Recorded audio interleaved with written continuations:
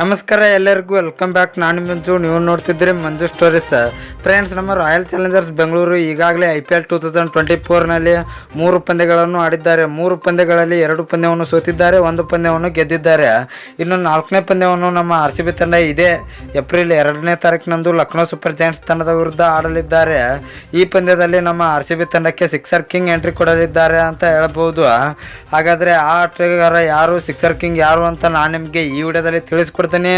ಅದಕ್ಕಿಂತ ಮುಂಚೆ ನೀವೇನಾದರೂ ನಮ್ಮ ಚಾನಲ್ಗೆ ಹೊಸಬ್ರಾಯ್ತಿರೋ ತಪ್ಪದೆ ಸಬ್ಸ್ಕ್ರೈಬ್ ಮಾಡಿ, ಹಾಗೆ ಪಕ್ಕದಲ್ಲಿರೋ ಬೆಲ್ ಐಕನ್ ಪ್ರೆಸ್ ಮಾಡಿ, ಆಲನ್ನು ಸೆಲೆಕ್ಟ್ ಮಾಡಿ. ಯಾಕೆಂದರೆ ನಾನು ಯಾವುದೇ ಕ್ರಿಕೆಟ್ ಬಗ್ಗೆ ವಿಡಿಯೋ ಮಾಡ್ತಿರೋ ನಿಮಗೆ ತಕ್ಷಣ ನೋಡಿಸಿ ಬರುತ್ತೆ, ಅವಾಗ ನೀವು ವಿಡಿಯೋನ ಮೊದಲಿಗರಾಗಿ ನೋಡ್ಬೋದು. ಸಬ್ಸ್ಕ್ರೈಬ್ ಅನ್ನೋದು ಸಂಪೂರ್ಣ ಉಚಿತ. ವಿಡಿಯೋ ಕೆಳಗಿನ ಬ್ಲ್ಯಾಕ್ ಪೆನ್ ಇದೆ, ಮಾಡ್ಕೊಳ್ಳಿ. ಏನೋ ಥರ ಮಾಡಿದೆ ವಿಡಿಯೋ ಶುರು ಮಾಡೋಣ ಬನ್ನಿ.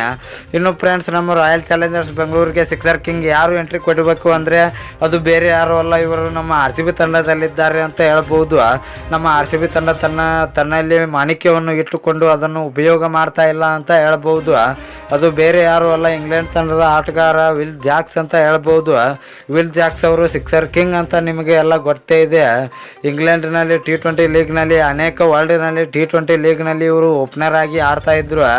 ಅಷ್ಟೇ ಅಲ್ಲದೆ ಓಪನರ್ ಆಗಿ 100 ರನ್ನು, ಬಿಗ್ 100 ರನ್ನು ಹೊಡೆದಿದ್ದಾರೆ ಅಂತ ಹೇಳ್ಬೋದು.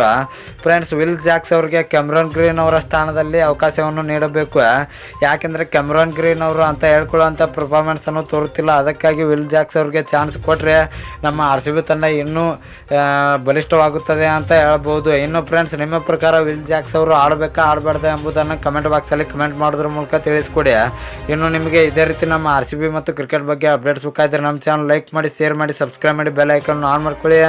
ಕ್ರಿಕೆಟ್ ಬಗ್ಗೆ ಜಾಸ್ತಿ ಅಪ್ಡೇಟ್ಸ್ ಬರ್ತಾ ಇರುತ್ತೆ, ಅದಕ್ಕೆ ಸಬ್ಸ್ಕ್ರೈಬ್ ಮಾಡ್ಕೊಳ್ಳಿ. ನಮಸ್ಕಾರ ಫ್ರೆಂಡ್ಸ್.